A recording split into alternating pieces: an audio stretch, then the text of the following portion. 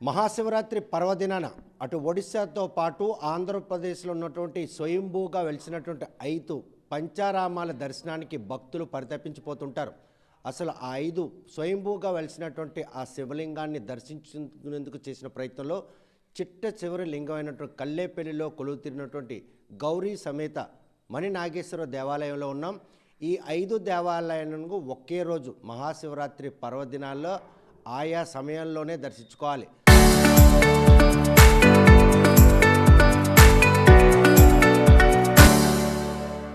శివరాత్రి వచ్చిందంటే భక్తులు అంతా కూడాను ఈ 5 పంచారామాలని దర్శించుకునేందుకు పరితపించిన నేపథ్యంలో ఆలయాలు మాత్రం మహాశివరాత్రి పర్వదినాన్ని ముస్తాబవుతున్నాయి. మరోవైపు ఆర్టీసీ కూడా ఈ పంచారామాల దర్శనాల కోసం ఈరోజు తగినటువంటి ఏర్పాట్లు చేస్తుంది.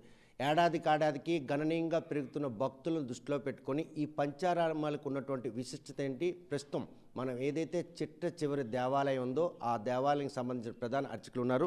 చూస్తే కనుక ప్రస్తుతం ఈ 5 పంచారామాలకు సంబంధించి మహాశివరాత్రి పర్వదినాన్ని దర్శించుకోవాలన్నటువంటి ఈ పరంపర ఎప్పటి నుండి వస్తుంది. ఈ శైవక్షేత్రాలకి ఈరోజు భక్తులు తాకిడి పెట్టడానికి కారణం ఏంటి? శ్రీ గురుభ్యో నమః. ఈ యొక్క బలరామ క్షేత్రాలు 5 శివలింగాలు ద్వాపరయుగాంతంలో బలరామస్వామి 5 శివలింగాలు ప్రతిష్ఠించడం జరిగింది.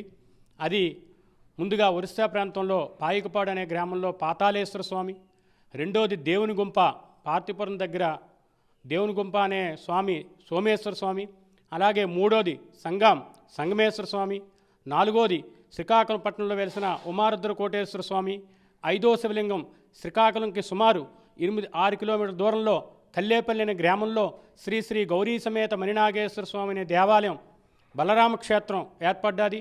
ఈ విధంగా 5 శైవ క్షేత్రాలు ఒకే రోజు పౌర్ణమి ఎందు కానీ, రవి సంక్రమణ ఎందు కానీ, మహాశివరాత్రి ఎందు కానీ ఈ 5 శివలింగాలు కూడా మనం భక్తి శ్రద్ధలతో కూడా ఉదయాన్నే లేచి ఈ 5 శివలింగాల్ని దర్శనం చేసుకుని 5వ శివలింగంకి ఇక్కడికి వచ్చి సముద్రం దగ్గర కాలు చేతులు కడుక్కొని వారి యొక్క ఆయురారోగ్యాలు, అలాగే సర్పదోషం ఉన్నా, కుజుదోషం ఉన్నా పంచలింగ దర్శనం చేసుకుంటే ఆ దోషాలు నివారణ జరుగుతాయి.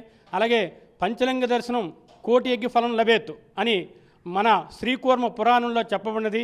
అందుచేతన ఈ 5 శివలింగాలు కూడా మహాశివరాత్రి నాడు ఎందు కానీ దర్శనం చేసుకుంటే భక్తులు విశేషమైన పుణ్యాన్ని పొందుతారని, ఆ స్వామివారి ఆశీస్సులు పొందుతారని చెప్పడం జరుగుతున్నది. చూస్తే కనుక ఏ క్షణం ఈ దర్శన భాగ్యం మొదలు కావాలి, ఆ గడియల నుండి ఇక్కడికి వచ్చే చూస్తే చాలా దూరం, అటు ఒడిశాతో పాటు ఆంధ్రప్రదేశ్లో ఉన్నటువంటి 4 శివలింగాలని దర్శించుకో, శైవక్షేత్రాలను దర్శించుకుని ఒడిశా ఈ డిస్టెన్స్ని ఏ లోపల పూర్తి చేయాలి ఆ భక్తులు ఆ ఫలాలు అందుకోవాలని? ఒరిస్సా ప్రాంతంలో వెలిసిన పాతాళేశ్వర స్వామి దర్శనానికి ముందుగా ఏకూజామున 3:30 ఆ ప్రాంతంలో బయలుదేరి మళ్ళీ సాయంకాల సమయం 7:30 ఆ ప్రాంతంలో ఈ 5 శివలింగాలు దర్శించుకుంటే విశేషమైన పుణ్యాన్ని పొందుతారు.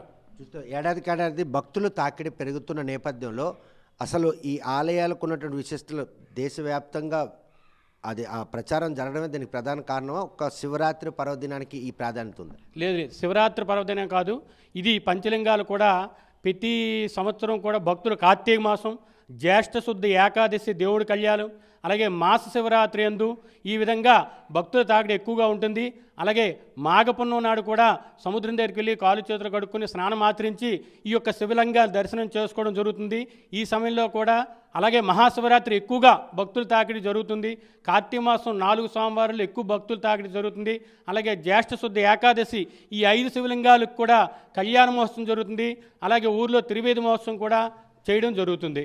కానీ ఈ 5 పుణ్యక్షేత్రాలని మహాశివరాత్రిని దర్శించుకునేందుకు భక్తులు ఎందుకు అంతలా ఆసక్తి చూపుతారు? మహాశివరాత్రి అనేది 11 మాస శివరాత్రుల తర్వాత 12వ శివరాత్రి మహాశివరాత్రి.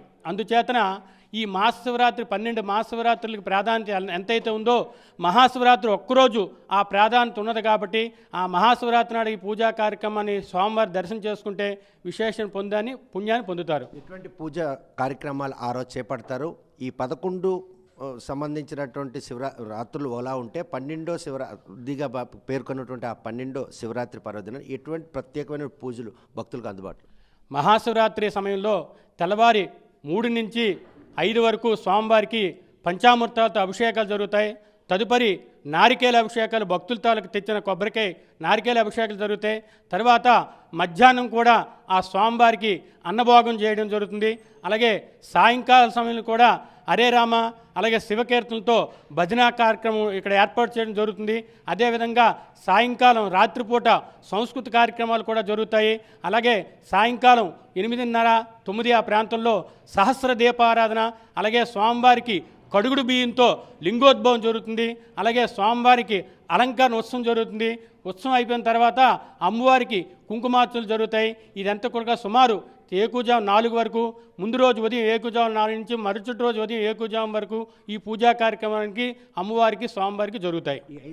ఈ శైవ క్షేత్రాల్లో కూడా ఇది యథేచ్ఛగా ఈ పూజలన్నీ కొనసాగిస్తారు. ఈ 5 క్షేత్రాల్లో కూడా ఇదే విధంగా పూజా కార్యక్రమం చేయడం జరుగుతుంది. సో తదనుకున్నటువంటి ఏర్పాట్లు అయితేనేమి, భక్తులు తాకిడితో పాటు పూజా కార్యక్రమాలతో పాటు వారి రాకకు సంబంధించినటువంటి ఏర్పాట్ల విషయంలో నిర్వాహకులు కూడా తదనుకున్నటువంటి ఏర్పాట్లు చేస్తుంటారు. ఇలాగే ఈ 5 క్షేత్రాలు కూడా భక్తులకు సరిపడే మంచినీరు కానీ, అలాగే మజ్జిగ ప్యాకెట్లు కానీ, అలాగే గ్రామ పెద్దలు, సర్పంచ్ గారు, అలాగే చైర్మన్ గారు, అలాగే ఊరిలో ఉన్న యూత్ కుర్రవాళ్ళు కూడా మజ్జిగ సప్లై చేయడం, అలాగే ప్రసాదాన్ని సప్లై చేయడం, మంచినీరు సప్లై చేయడం, ఇలాగ ప్రతి ఒక్క క్షేత్రంలో కూడా ఇవన్నీ భక్తులకి ఎటువంటి అసౌకర్యాలు లేకుండా మంచిగా ఏర్పాట్లు అనేవి జరుగుతాయి. చూస్తే కనుక ఈ 5 దేవాలయాల్లో కొలువుదీరినటువంటి ముక్కంటికి మాత్రం మహాశివరాత్రి పర్వదినాన చేయబోయే పూజలన్నీ కూడా స్పష్టంగా కనిపిస్తున్నాయి. ఒడిశాతో పాటు ఆంధ్రప్రదేశ్లో ఉన్నటువంటి ఈ దేవాలయాల్లో నాగావళి నదీ తీరం ఉందంటూ ఒరిస్సాలో ఉన్నటువంటి రాయగడ దగ్గర పాయకపాడు, అది మొదటి ఏదైతే చూస్తే కనుక గ్రామంలో పాతాళేశ్వర స్వామి దేవాలయం, అది ముందుగా ఏకోజాము 3 గంటలకి ఆ ఆలయం భక్తులకు అందుబాటులో ఉంచుతారు. అనంతరం మాత్రం మన్యం జిల్లా పార్వతీపురానికి 3 కిలోమీటర్ల దూరంలో ఉన్నటువంటి గుంప గ్రామంలో వెలిసినటువంటి సోమేశ్వర ఆలయం, అది ఒడిశా అంటే ఆంధ్రప్రదేశ్ సంబంధించి. ఇకపోతే పాలకొండ సమీపంలోని సంగాం గ్రామం నందుగల సంగమేశ్వర స్వామి, ఇది 3వ అంటే స్వామివారి తాలూగా అక్కడ పుణ్యక్షేత్రం. అదేవిధంగా శ్రీకాకుళం పట్టణంలో ఉన్నటువంటి ఉమారుద్ర కోటేశ్వర ఆలయం, బలరామునిచే స్వయంగా భూమిగా ప్రతిష్ఠింపబడినటువంటి ఆలయానికి మాత్రం కోట్లాది మంది భక్తులు ప్రతి సోమవారం కూడా ఎదుగుతూ, అదే మహాశివరాత్రికి మాత్రం పెద్ద మొత్తంలో భక్తులు వస్తాయి. ఇక చిట్ట చివరిదైనటువంటి కల్లేపల్లి గ్రామం నందు గౌరీ సమేత మణి నాగేశ్వర స్వామి దేవాలయానికి మాత్రం చిట్ట చివరిగా దర్శనం చేసుకునే అదృష్ట భాగ్యం కలిగిస్తారు. ప్రస్తుతం ఈ దేవాలయాలన్నీ కూడా శివరాత్రి పర్వదినాన భక్తులు వచ్చినటువంటి వారికి మాత్రం ఇటు నిర్వాహకులు కావచ్చు, అటు ఆలయంలో పూజలకు సంబంధించినటువంటి విషయంలో అర్చకులు కూడా సర్వం సిద్ధం చేస్తున్నారు. మహాశివరాత్రి పర్వదినాన ఈ 5 శైవ క్షేత్రాలను దర్శించుకునేందుకు మాత్రం భక్తులు పరితపించుకునే విధంగానే ఏర్పాట్లు కూడా చేస్తున్నారు. గ్రామీణ ప్రాంతంలో ఉన్నటువంటి ఈ ఆలయాల్లో మాత్రం గ్రామస్తులు అందరూ కూడా పిలవకుండా వచ్చే ఆ భక్తులకు మాత్రం స్వాగతం పలకడమే కాకుండా ఎటువంటి అసౌకర్యాలు కలగకుండా ఆ పూజా కార్యక్రమాలన్నీ కూడా వారు దగ్గరుండి చూసుకునే విధంగా ఏర్పాట్లు నిర్వహిస్తున్నారు. ఆ మహాశివరాత్రి పర్వదినాన ఈ పంచారామాల దర్శనానికి మాత్రం రవాణా వ్యవస్థ కూడా తదనుకున్నట్టు ఏర్పాట్లు చేస్తుంది. మహాశివరాత్రి పర్వదినాన తెల్లవారి ఏకోజాము 3 గంటలు మొదలుకొని సాయంత్రం ఏదైతే 2వ రోజు సాయంత్రం 4 గంటల లోపలే ఈ 5 పంచారామాల దర్శన భాగ్యం ఎవరికైతే కలుగుతుందో వారికి కోరిన కోరికలు తీరుతున్న అపార నమ్మకం. లక్షలాది మంది భక్తులు మాత్రం ఈ పంచారామాల దర్శనానికి ప్రోత్సహిస్తుండడంలో ఎటువంటి అతిశక్తులు. కల్లేపల్లిలో కొలువుదీరినటువంటి గౌరీ సమేత మణి నాగేశ్వర ఆలయం నుండి వీడియో జర్నలిస్ట్ రామకృష్ణతో సత్యం, ఆర్టీవీ, శ్రీకాకుళం. చరిత్ర సృష్టించినోడు ఇప్పుడు ఆ చరిత్రని తిరగరాయబోతున్నాడు. అబద్ధాల గోడల్ని బద్దలు కొట్టి నిజాలను రాగా మీ ముందుంచబోతున్నాడు. నిజమైన వార్తల కోసం వెంటనే డౌన్లోడ్ చేసుకోండి రా యాప్ని.